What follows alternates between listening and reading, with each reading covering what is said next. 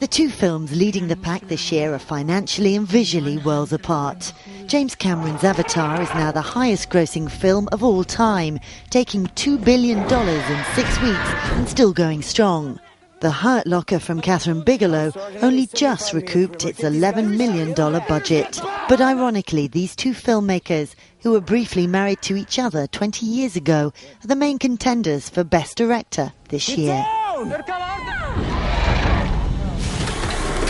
If Bigelow wins, it'll shatter tradition. The first woman to take Best Director in the Oscars' 82-year history.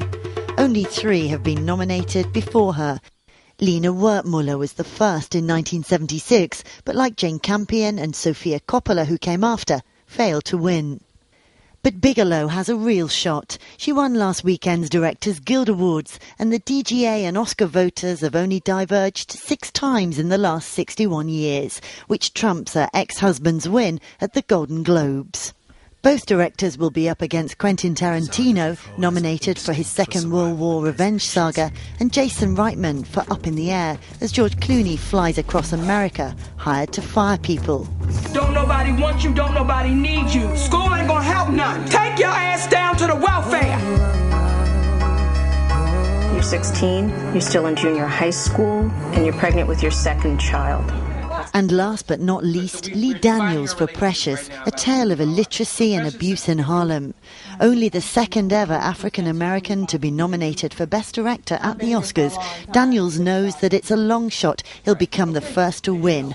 But he says it's enough to be part of the process. I have to separate myself from this awards stuff, because if you get sucked into the vortex, then you become part of it. And, my award was getting the movie done, really. And I'm so honored to just be at the party.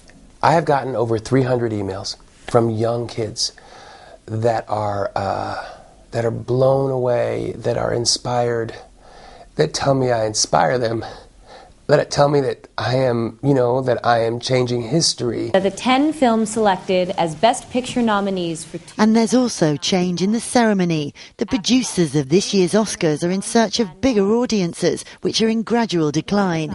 So this year they've doubled the number of films in the Best Picture category, 10 instead of 5, returning to a tradition that ended in 1943.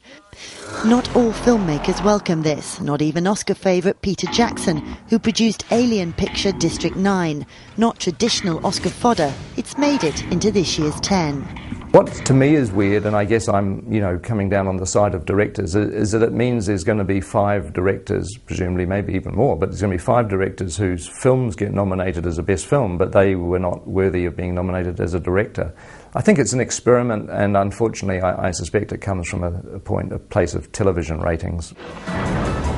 And the doubling of categories has also been good news for British film and education. It made it into the top 10 Best Picture category. In all, it has 3 nominations, one for Nick Hornby, who wrote the screenplay, and another for rising star Carey Mulligan, who at 24 gets her first Oscar nomination for Best Actress.